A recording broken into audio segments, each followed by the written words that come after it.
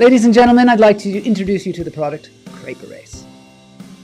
It's a beautiful product that you can put all over your face, and it makes your face completely transparent. It's better than cover-up. It actually makes your skin Crap, that's some crepey skin. Crepe Erase. Crepe Erase. It's a beautiful product. I'm Joe Fury for Crepe Erase.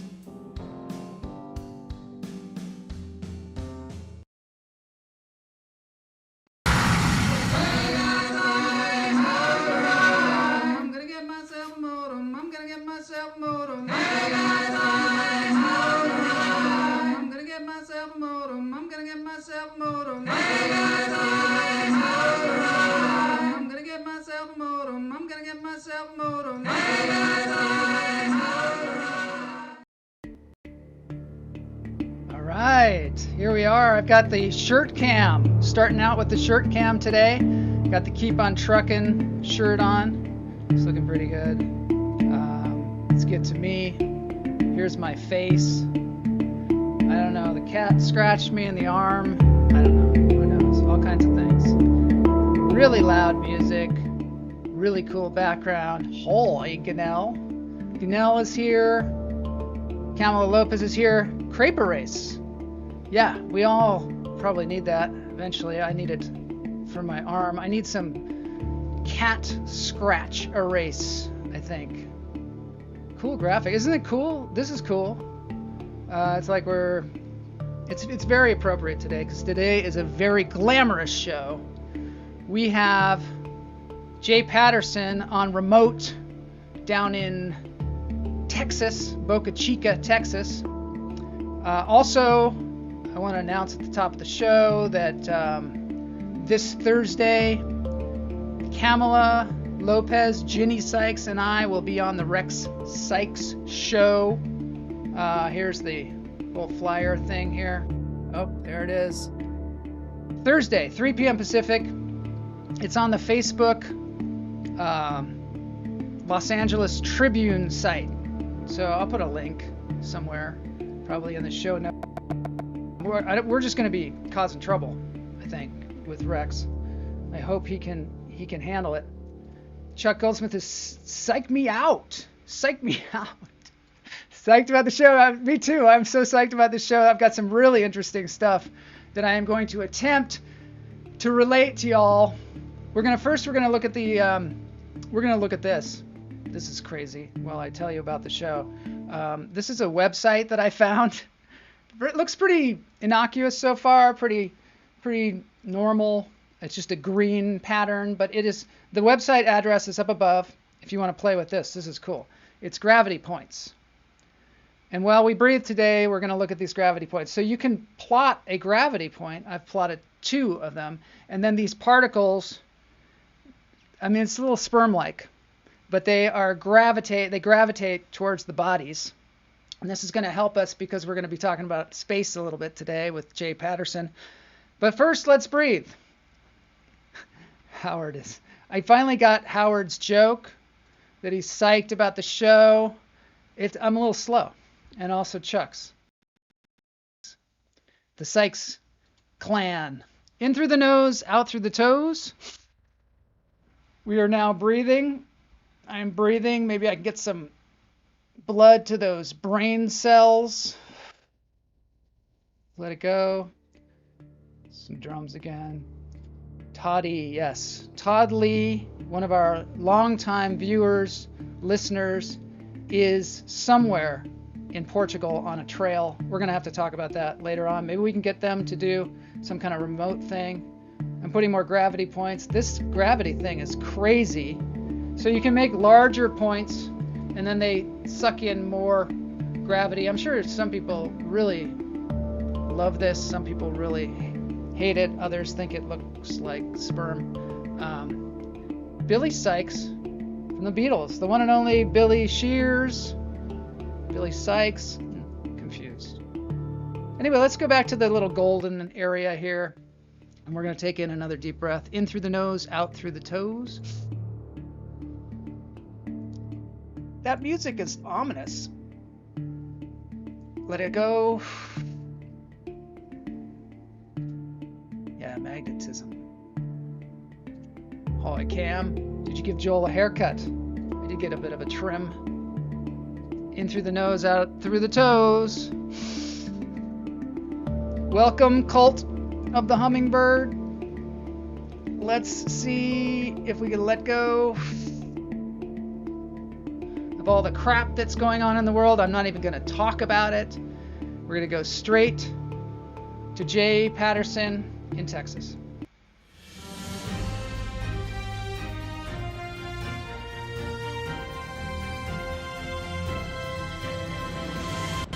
Hey, this is Jay, your roving reporter for Joel Marshall and his space episodes.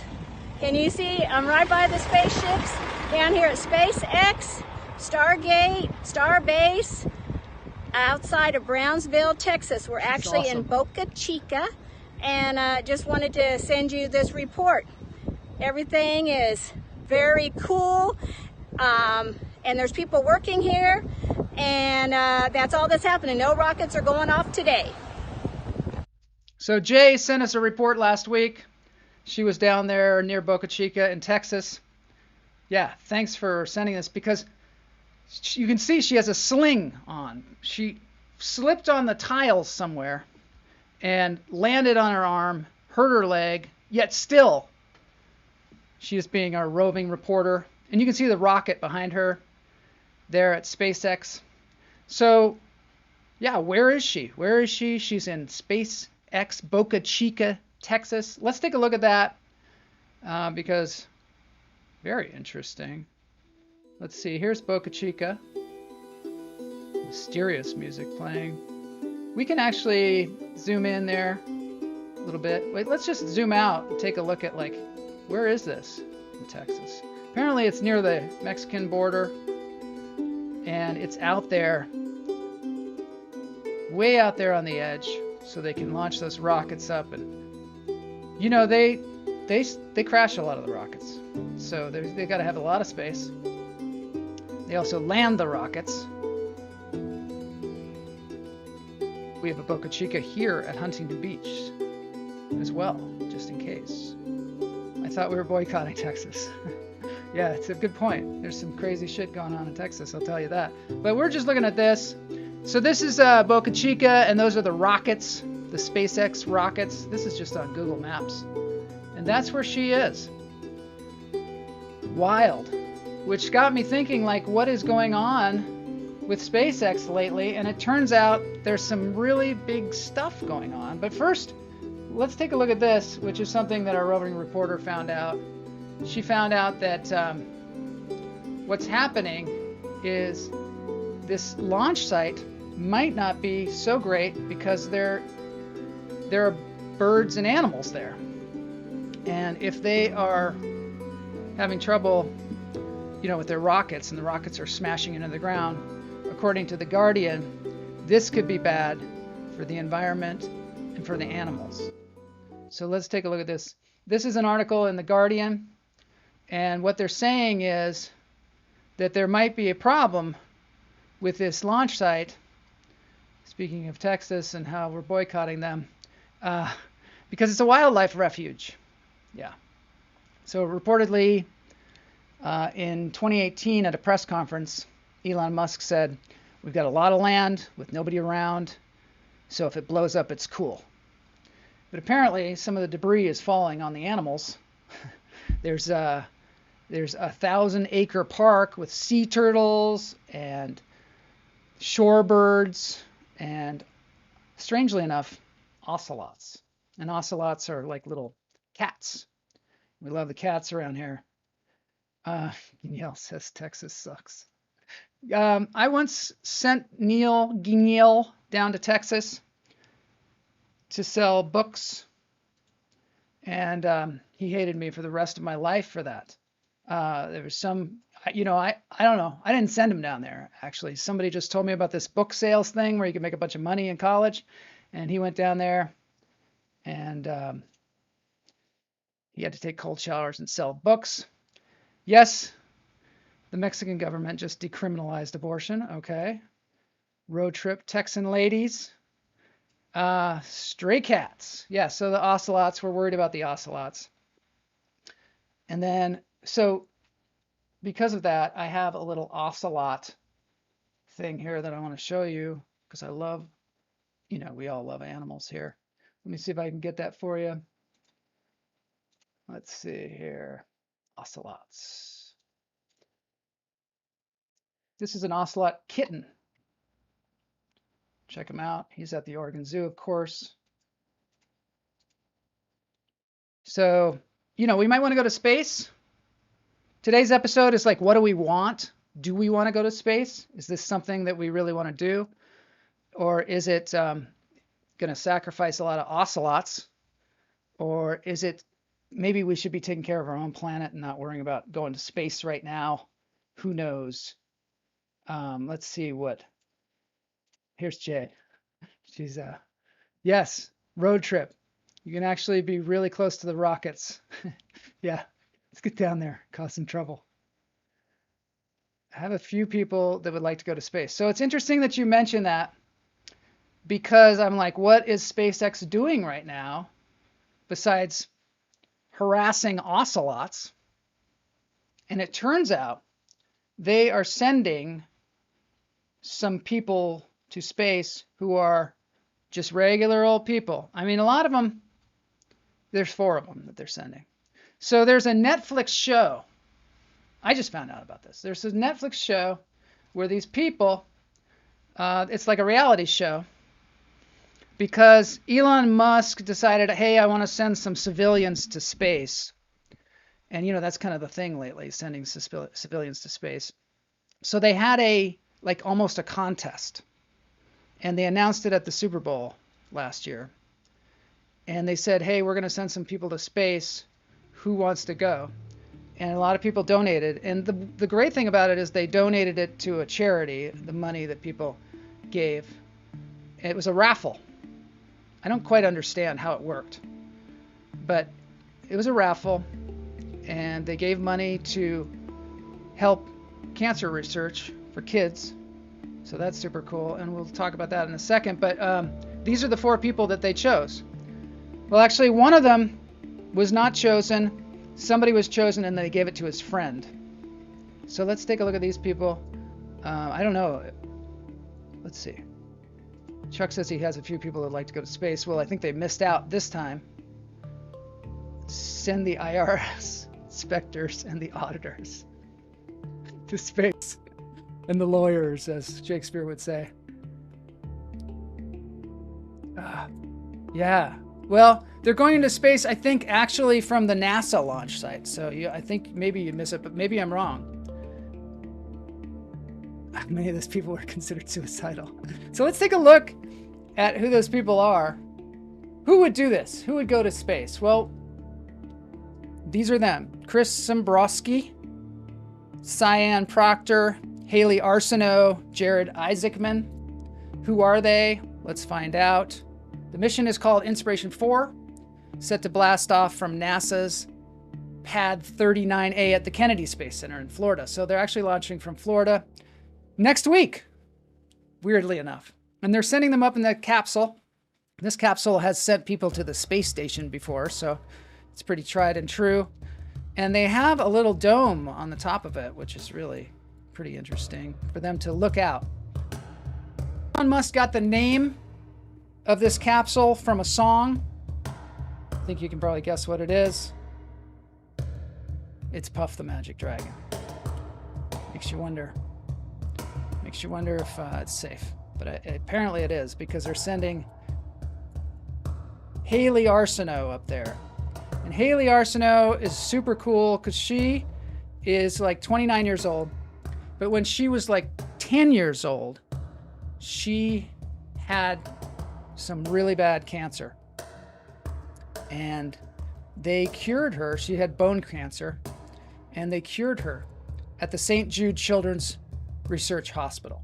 So sometimes we say, oh, these billionaires, they're not giving back enough. But apparently, for this particular thing, in this particular incident, they are giving all the money to the St. Jude Children's Research Hospital.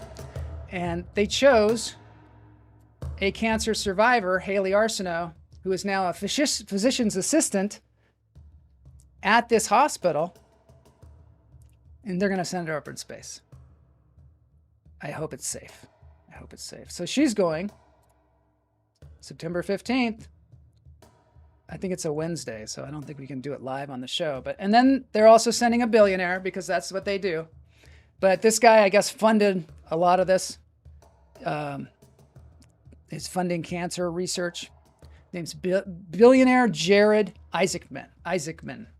I think that's how we call billionaires now. We just call them billionaires, sort of like,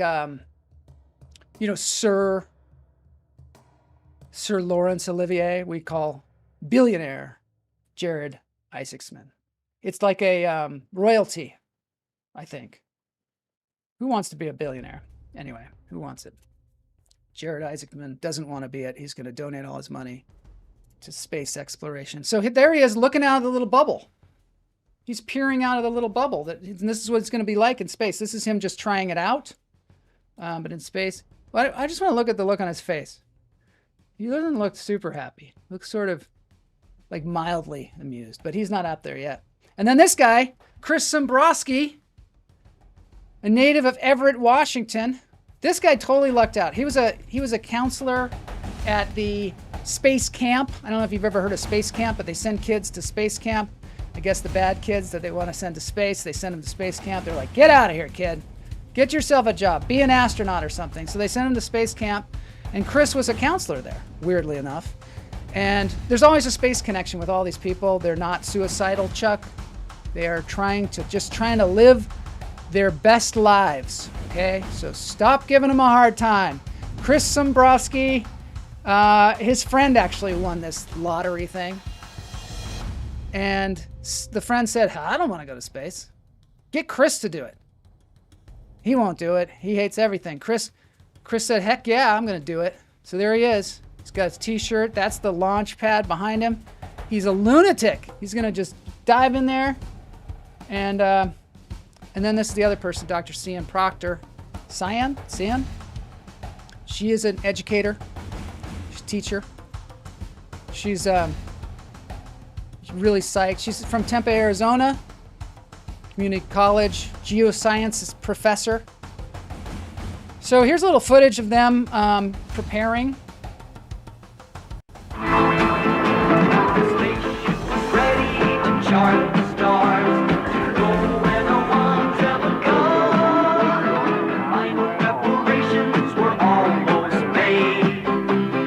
Breakfast.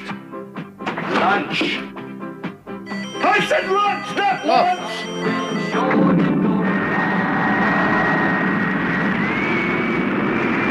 This is far out space nuts. I thought that scared me. I thought they accidentally launched into space, but apparently that's Sid and Marty Krofft's Far Out Space Nuts. Yeah, so let's see what's going on. Jay's house sitting. She doesn't live in Texas. She doesn't like their politics. Sorry, the roving reporter totally missed the part where they were rocketing from. That's fine. That's fine. You know, we're all learning to be reporters. I'm learning to be a reporter. I'm going to report something to you soon here on the show that I don't even know if I'll be able to tell you the whole crazy story, but there's going to be a crazy story coming up next. And it is going to be really interesting and really kind of a lot of twists and turns. And it's a Hollywood story. So this is an ocelot behind me, by the way. Gotta love the ocelots. Guignel says, I should point out there are some very nice people in Texas. White males are treated pretty well. Oh, no. I wanted to put Chuck's comments on the screen, but I can't. There's a lot of them. Space lunch therapy. Yeah, we love space. I love space. The next story, believe it or not, is not about space at all, strangely enough. It is going to attempt to answer the question, what do we all want? Here's Chuck here. This is a feel-good show. No politics, thank you. Yeah. Yeah, we try and keep the news and the politics out. We can you're perfectly free to chat whatever you want. But I'm trying to take a break. Trying to take a break from all the crap. Taking friends out to Boca Chica now. I'll be looking for ocelots. Yes. I mean, who would have guessed there are ocelots there? Ocelots are these fantastic cats. They're little like tiny leopards. And I don't know if they were brought to Texas or what, but they are definitely in that kind of region. South America and United States and North America. Okay, it's time for a crazy story. We're going to see if I can do this because it is a very interesting story. But I want to first address the thought of what do we all want? Because we see people like Elon Musk putting rockets into space. And, you know, they're the people with the money, they're people with the power. And sometimes we think, well, you know, wouldn't it be better if we were spending the money on something else? Maybe something else that we want. Maybe launching ourselves into space or putting all kinds of crap in the atmosphere, above the atmosphere, is really not what we want. And, you know, a lot of times these people, they think that we want to just sit around and do nothing, which of course we don't. We want to do things, we want to make things, we want to create things.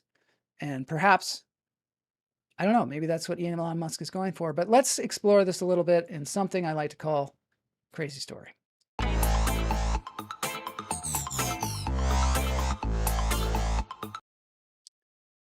You know, as you get older, you know, a lot of times in the United States here, we prop people up, famous people, and we're very like, oh, you know, our royalty is all these famous people, and we think like that's like, I don't know, like the pinnacle of existence is that everybody knows what you're doing and everybody thinks you're so cool, you know. But is that really like something that you want, to be famous? And as you get older, you start to realize like how fleeting it is. Like the other day I was talking to my mother-in-law and she said that she thought Richard Burton was going to be famous, at least for her lifetime, was going to be hugely famous and everybody was going to know who that is. And now, you know, if you ask a kid, they don't know who Richard Burton is, or Elizabeth Taylor. But at the time, when she was younger, everybody knew who they were. And so in our lifetime, we see the biggest stars fade, and the next generation comes up with their own stars. And the decade after decade, you know, more and more people appear. And these days with social media, there's everybody's sort of out there. And Andy Warhol kind of said, you know, everybody would have 15 minutes of fame. Seems like it's even shorter than he thought. When I was coming up as an actor, Laurence Olivier was the greatest actor, considered the greatest actor. But now, you know, like technology changes and the way we capture performances change, performance styles change. Now, when you look back at Laurence Olivier, some of his movies, some of them seem kind of melodramatic, like the style of acting changed. So, you know, things just keep moving forward. And so pursuing fame might not be the thing that's going to make you happy. Even the famous people, they look back and they're like, oh, I wish I was anonymous. So a lot of times the media is kind of pushing that at us, and it's not something that's going to make someone happy, right?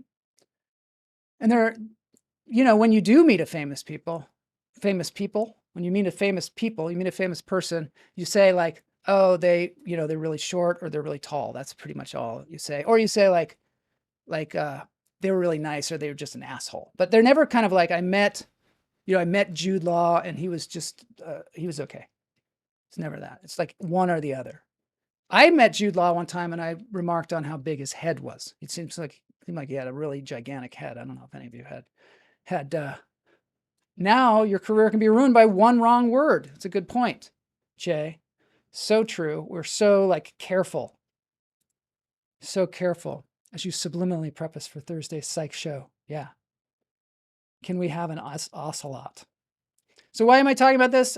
This fame thing? Because this story is about a huge movie star who many of us, don't know who she is. But she started. She was an Austrian woman, an Austrian, and some people, they don't even know where Austria is. What's below Germany? And she came up in the early part of the 20th century. And her name was Hedy Lamarr.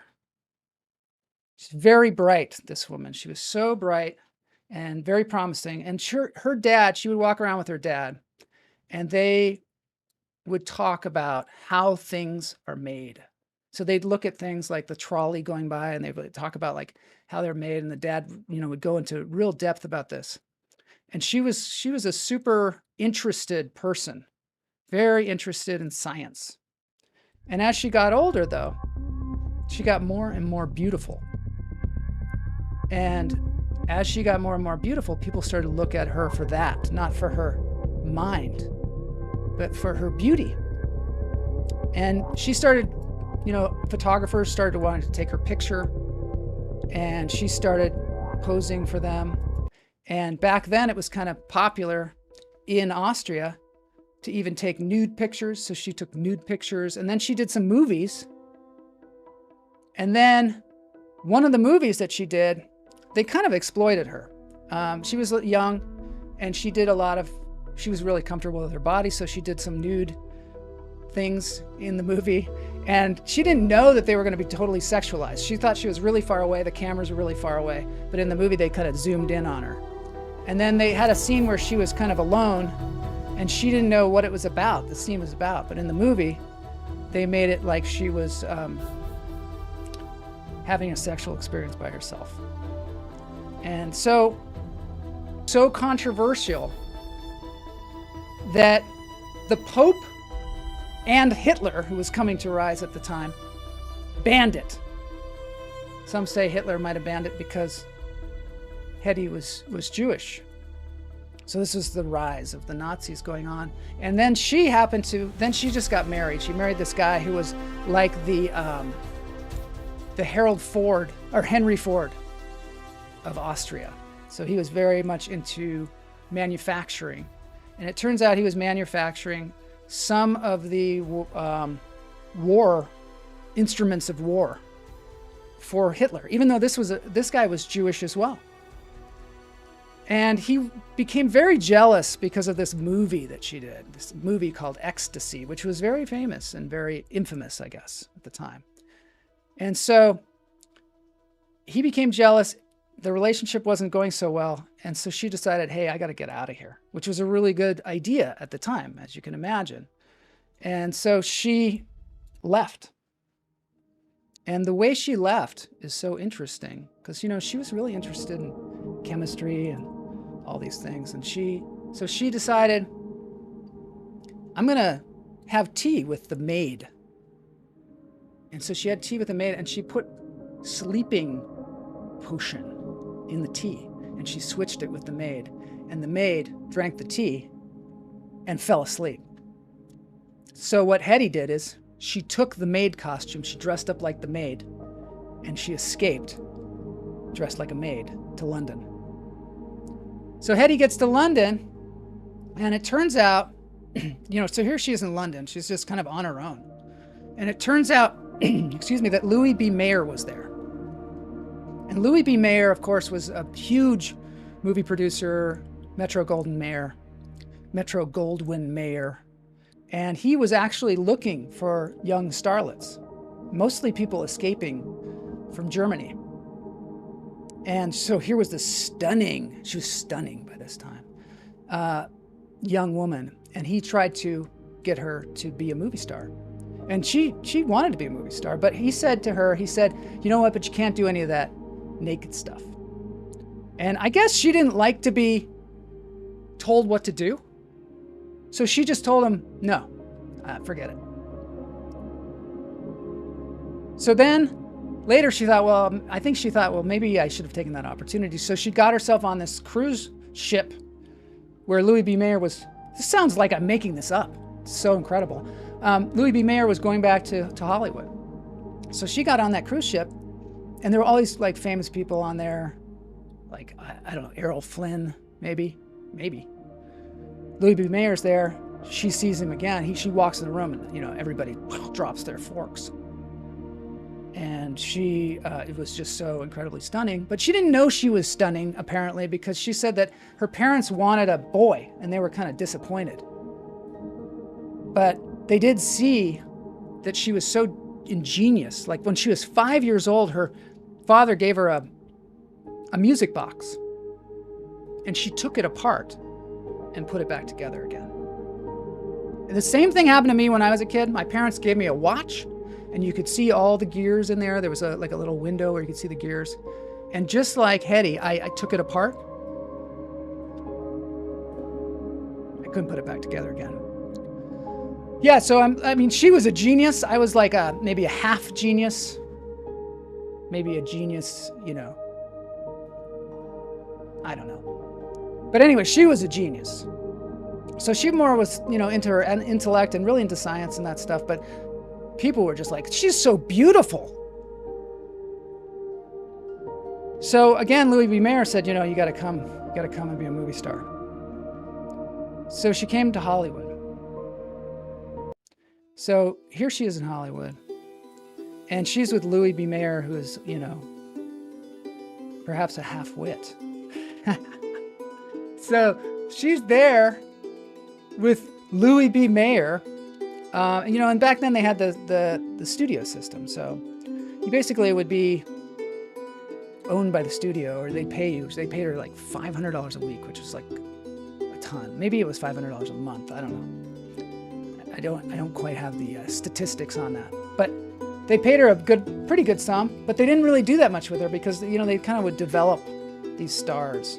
And so they'd, teach them how to do all kinds of stuff. And then they'd start to put them in smaller roles. And she was really kind of impatient. But she met Charles Boyer. And Charles Boyer said, hey, I want you to be in this movie that I'm doing. And so she had her first real big break, which was this movie called Algiers. And this is what it looks like. So Algiers, she's in this movie, and she really kicked ass. But, the main thing that people were looking at was not her acting ability, was looking at her beauty. And they're like, this lady is so incredibly beautiful. And so she ended up doing tons of movies. And of course, now she was known by the name Hedy Lamarr, which is a name that Louis B. Mayer's wife came up with. They were like, she should change her name, Hedy Lamarr. So a lot of you have heard of Hedy Lamarr. Here she is. She was in this movie called Siegfried Girl. These are kind of older movies now. Stars. They were stars. Score of them. And she was, Jimmy Stewart. She was in all kinds of movies with all kinds of big stars. Judy Garland. Oh my gosh. So she did this movie called Boomtown, which was like a huge one with Clark Gable. All the while, she was in her trailer doing chemistry and science things. This is her in her trailer with her little mice or whatever she's studying, and she's got her little lab. And it turns out that even Howard Hughes, who took a real liking to her, and he was an aviator, as you know from the movie The Aviator, very wealthy guy. He really liked her a lot, and he would actually gave her money so that she could have an actual lab in her trailer.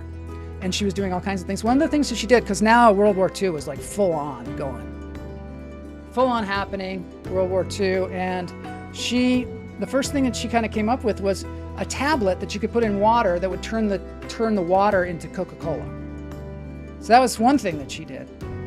And she would work with other scientists, and make up different things. Because, they needed this tablet because people didn't want to carry around bottles of Coca-Cola, and it's like the same reason they made M&Ms, because they made the hard candy shell so it wouldn't melt in the pants of the soldiers and the people out there in the field. So she made this Coca-Cola, and then she kept doing things, and eventually in the war, what happened was the German U-boats were really a problem for the U.S. And it was causing us, we might lose the war if these U-boats kept giving us these problems. And so they needed a torpedo that would shoot these German U-boats, these submarines.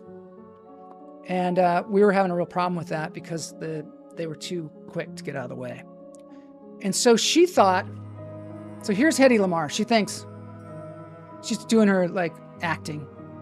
And she thinks, well, I think I could come up with a radio signal that would be, that would hop frequencies, change frequencies as it gets sent. So it can't be jammed, because the U-boats could jam these signals that we had going to the torpedoes.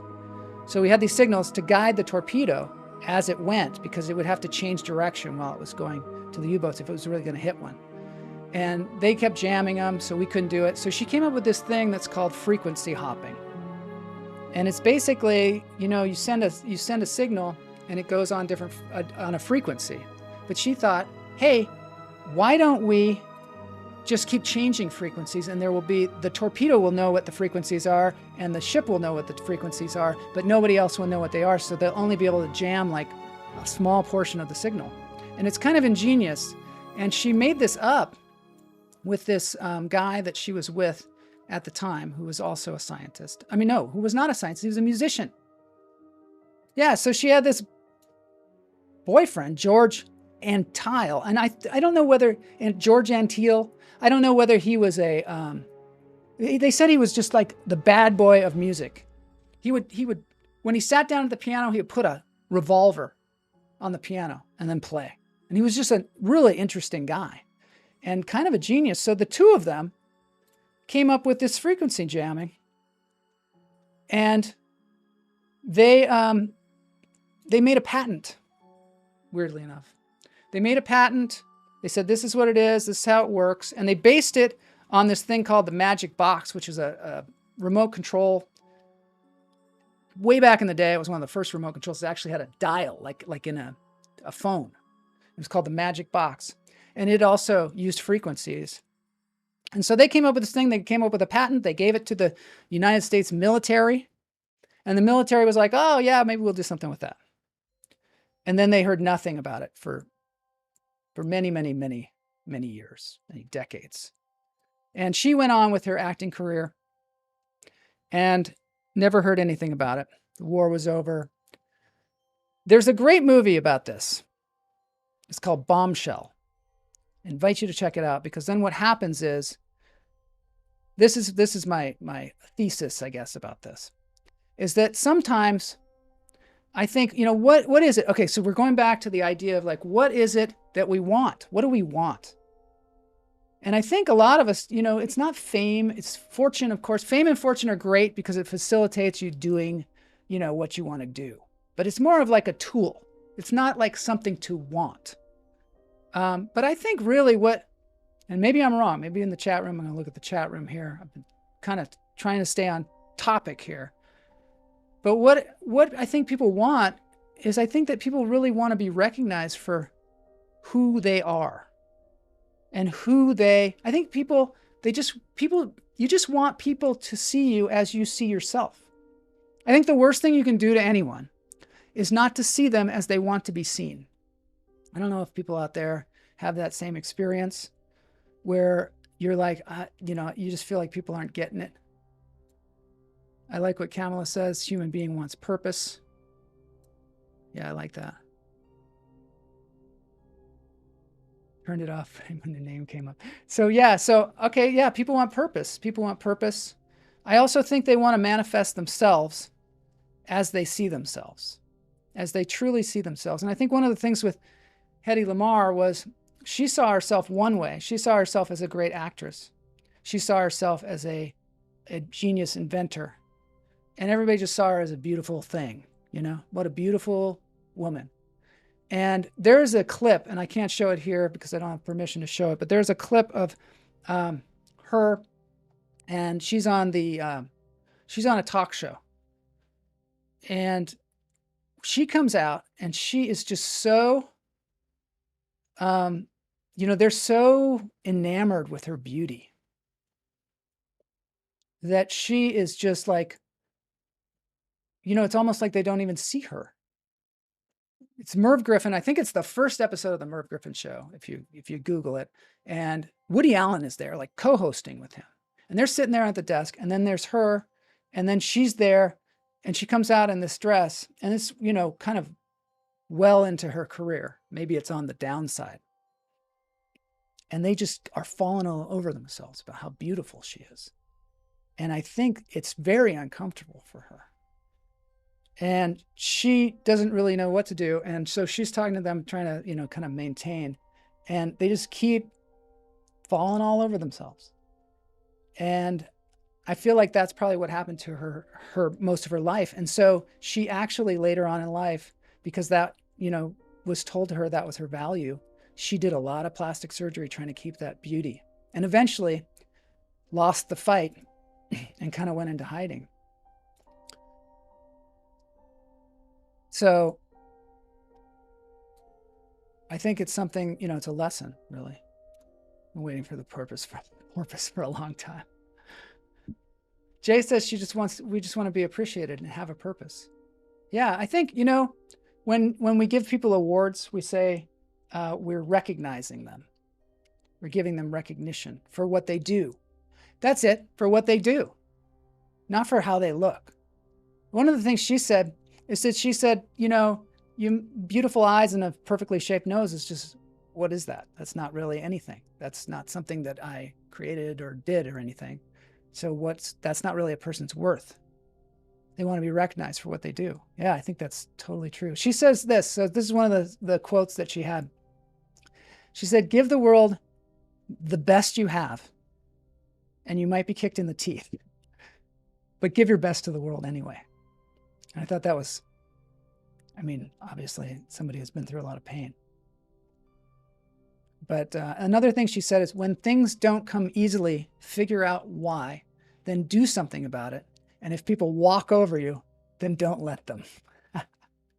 So just to put a button on this, frequency hopping is used in everything now. A lot of communication. So in the military, when they communicate, they use frequency hopping for encryption, to encrypt the signal. But also in our Bluetooth, we all have Bluetooth on our computers. That is also frequency hopping.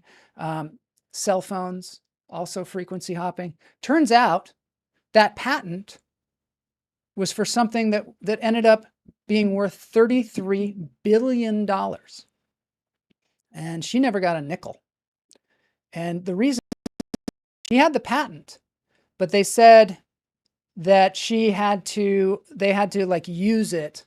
The military had to use it within a certain amount of time. And then they proved that they actually did use it in a certain amount of time. But she had 7 years to contest it. And she didn't know. And she never did. So there you go. I think she was fascinating. Like how the people in Cuba were accused of jamming a signal, make the Western politicians get massive headaches. Thanks, Howard. Yeah, I think this is an important lesson. I know it's a long story, and it's but I think it's an important story. And, Camel is mentioning the Equal Pay Act, and there's a lot of things, just being a woman at that time. This woman, not only did she invent these things in her spare time, and back then, I tell you, they used to work actors to the bone. They would actually drug actors up. They'd give them uppers just to keep them working. And then at night, they'd give them sleeping pills. And in that environment where they were just working actors to the bone, these studio actors, she would still go home at night or go into her trailer and work on inventions. It's quite incredible. Let's see what I'm going to find. Yeah, well, definitely Bombshell is a great movie about her. They tell the story much better than I do, and there's a lot more twists and turns to it, so I would check that out. There's a lot of stuff on the YouTube, of course, and that's the other thing. Somebody wrote an autobiography. Yeah, Lily Ledbetter Act. So yeah, this Camel is making a good point. Maybe this is politics, but the Lily Ledbetter Act. So Lily Ledbetter, she found out when she retired that all the dudes were getting paid, that for 30 years, all the other dudes that she worked with, they were all getting paid a lot more. So they had a much bigger pension, she found out at the party. And so when they went back they were like, so they eventually the Lilly Ledbetter Act was passed, where it's like equal pay for equal work. But you have to figure it out on your first paycheck. It's like, does that help? I don't know. Because who's going to figure that out on the first paycheck? She figured it out 30 years later. Too late. Sorry. Yeah, watch the movie. What is Lilly Ledbetter? Check it out. I probably didn't explain it that well, but it was the first thing that Obama signed. And Lilly Ledbetter, she didn't really end up getting the money because it was too late for her. Feel like an idiot, Howard says. I only knew her through the constant reference of Hedy and Blazing Saddles. Yeah, you make a very good point. So Mel Brooks was enamored of her, thought she was the most beautiful thing in the world. In fact, he thought, beautiful thing, I said, yeah, most beautiful woman in the world. And he thought, if I can just meet her and marry, he says crazy thing in the movie. But he liked her so much that he named one of the male characters in Blazing Saddles Hedy Lamarr. Yeah. And so, it was like a joke. He kept calling him Hedy Lamarr. And he's like, no, my name is Hedy Lamarr. That's how famous she was. Everybody knew who that was.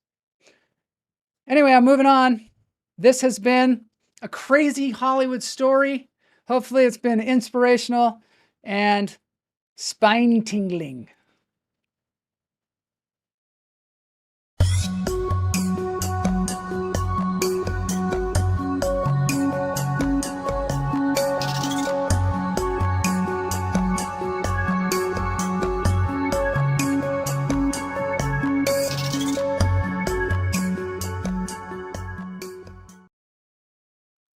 All right, it's the end of the show. I got a really, really nice treat for us all here today to end the show. This is one of those where I hope they're going to let me play this thing. I did email them and say, hey, can I show this thing? I haven't heard back, but I do want to share it because it's beautiful. And what it is, it's people, music teachers getting together during the pandemic and doing a cover song of one of our favorite songs, which I think you will agree it's a favorite Who song. There's the Lilly Ledbetter thing for y'all. Lilly Ledbetter worked for Goodyear, found out after 30 years that the men in her department made more money. And then she tried to sue, and they said the statute of limitations had passed. Yep. So unfortunately, doesn't do much except prevent you from having to prove discrimination within the first 90 days. You have 90 days to prove it. And, like you're going to go around going, how much do you make? Like somebody's going to tell you. So there's nothing about the discrimination itself. Inside Hollywood all the way. I would love to have an ocelot. I don't know whether you can have one, but you can't have everything, right? You can't own everything. All right, here we go. Dance break.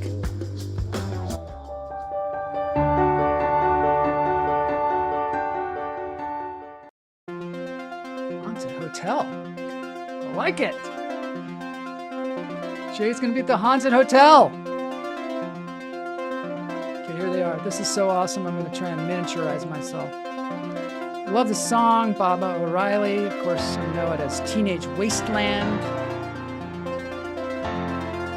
Inspirational. I don't know. What do you think?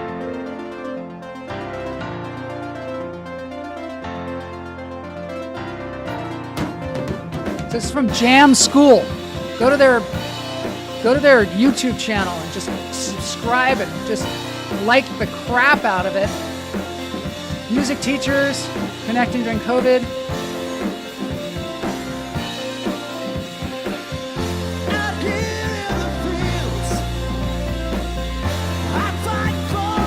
This guy. I like the way he's got the Lord of the Rings stuff on.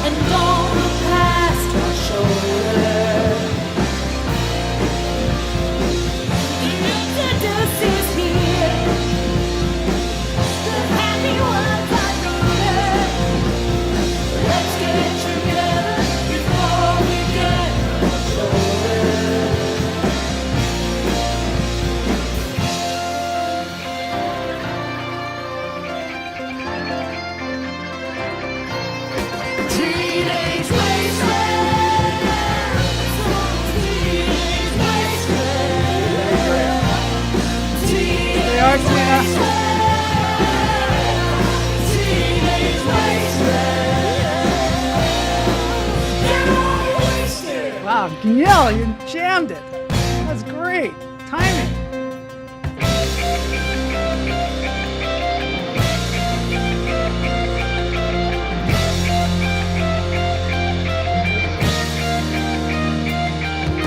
Bagpipes.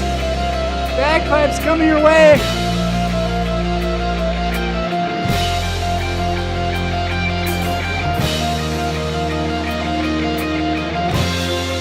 Yes! Yes! Yes! If we got bagpipes, I mean, it's a game changer.